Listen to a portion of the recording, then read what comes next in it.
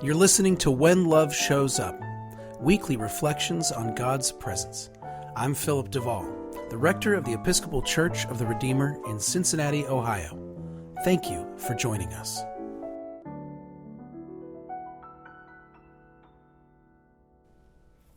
I was talking to a friend recently who's a pilot, and he told me that 30% of his flight training focused on emergency landing and crashing. For all the complexity of plane mechanics, navigation, the physics of flight, and the proper technique for taking off and landing, a full third of the lessons are devoted to catastrophic events. And it makes sense when you think about it. If you're sending someone up in the air, you don't just want them to know how things work when everything is going well. You want them to have a clear picture of what it looks like when things go wrong, so they can handle the stress of the situation. I had heard about this emergency preparedness for pilots before. Funny enough, I heard about it in a book about churches navigating tumultuous and changing times. The author had been having a similar conversation with a flight instructor and had asked why so much time was dedicated to emergency situations. The instructor responded, "We tend to believe that in high-pressure situations, people have a tendency to rise to the occasion. But in reality, in moments of crisis, people revert to their training." That really knocked me over. When the chips are down, people don't tend to become superhuman. We tend to be ourselves. This is not, by the way, a negative judgment of people, just an observation. I myself like to imagine how I would respond in an emergency. I have very little interest, however, in training for emergencies. The COVID-19 pandemic was a time of great crisis for us all. The upheaval of our daily lives and rhythms was tumultuous and traumatic, punctuated by sustained uncertainty. I will not speak for you, but as for me, I did not become superhuman during that time. Really, I acted like a more intense version of me. I reverted to my training. In some ways, this was a good thing. In normal times, I make a habit of asking people for help and advice before making big decisions. So I did that very regularly when making some of the decisions about how to handle church closures and restrictions. I also make it a habit to stand by unpopular decisions when I believe in them. You can imagine how that might have come up in those days. And in my daily life, I try to stay connected to people that I love, even when I can't see them. That was a helpful bit of training during the isolation that became my routine. In other ways, I noticed some of my training was unhealthy. I have a history of being an undisciplined eater. So when a crisis struck, I wasn't going to all of a sudden eat with intention and care. In normal times, I go in waves in terms of physical activity, and it's almost always done at a gym. Well, when the gym closed down, I wasn't going to all of a sudden become outdoorsy. So I was mostly sedentary. In regular life, I have trained myself to take responsibility for all sorts of things. Being responsible is something I care a great deal about. During the pandemic, this bit of training almost broke me. The sense of responsibility I felt for so many things, including many things that were beyond my control, was often overwhelming. I experienced my first ever anxiety attack during that time. I'm not judging myself for any of this, by the way. I love me, but I am saying I recognize that this is what it is to be human. Now, the way we live day to day, it's its own kind of training. When a crisis emerges, our response to it is generally consistent with the character we've developed over time. We don't become someone else. We revert to our training.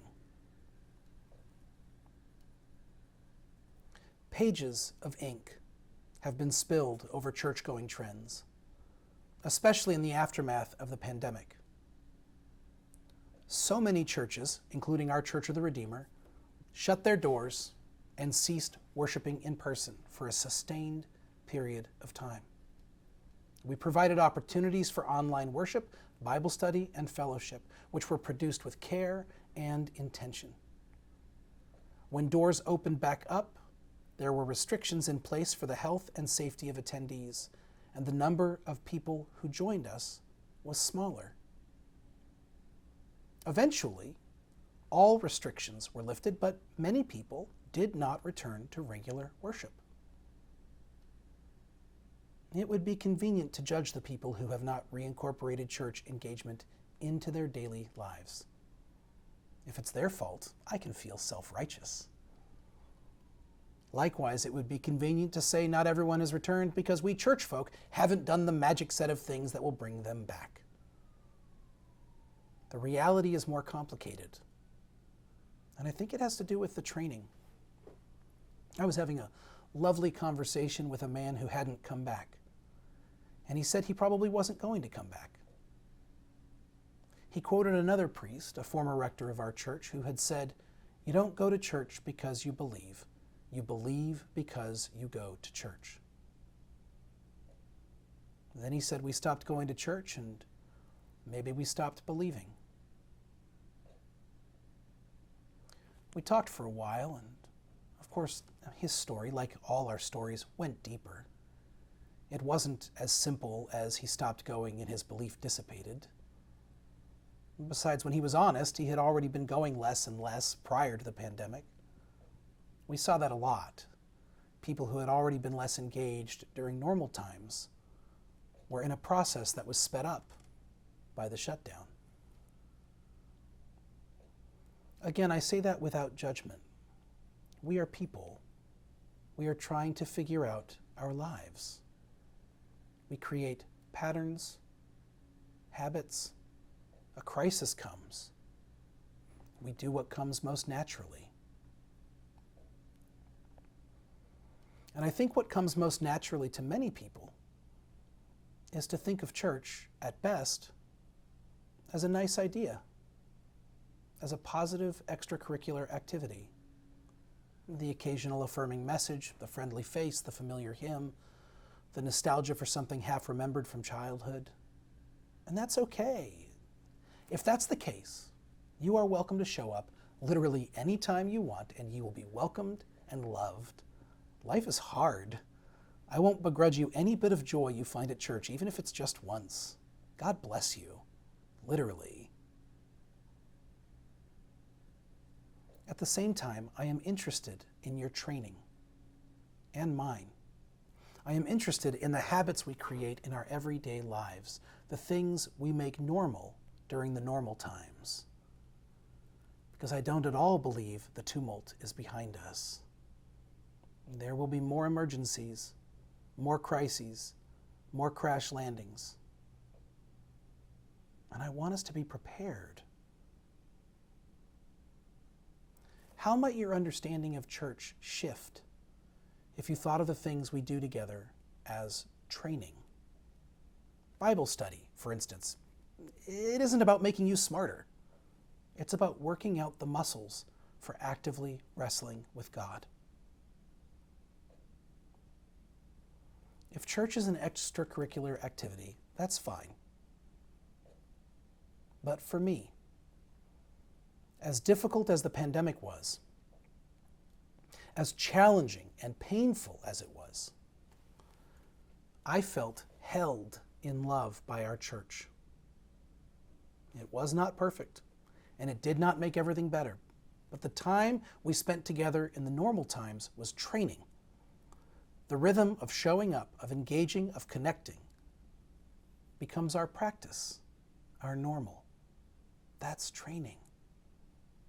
What's more, to hear the gospel of Jesus regularly is a training that will show up in your hardest times. Think about it. In a world that tells you that your belonging is conditional upon your performance, your earning, your achievement, your productivity, your usefulness, Jesus tells you that you are eternally, utterly and unconditionally loved, that your life is of endless value, that your very being is a blessing. And Jesus' message was not a product of privilege. His gospel, like the Torah and the teachings of his forebears, was forged in tumult. The beloved community that emerged in the aftermath of his resurrection knew perpetual struggle and strife. The story we tell, the one of your belovedness, is not a fairy tale custom fit for normal times. It is the foundational truth of your life. If you are interested in being nourished by that truth throughout the ups and downs of your life, consider making a practice of this kind of community. Now, in the next weeks, many new programs will be starting up at Church of the Redeemer. We will have multiple Bible studies, a class on racial reconciliation, a class on the Episcopal approach to faith, numerous mission opportunities, chances to serve and connect with the students at Clark Montessori High School, and of course, rich and meaningful corporate worship. And many of these opportunities are hybrids, so you can participate even when you're not able to be here in person. Consider engaging deeply with something that is devoted to learning about loving and being loved. Consider it your training. This has been When Love Shows Up, a podcast of the Episcopal Church of the Redeemer. From Cincinnati, Ohio, the Queen of the Midwest, the crown jewel of the Buckeye State, this is Philip DeVaul. Remember, you are blessed, and you are a blessing. Thank you for listening.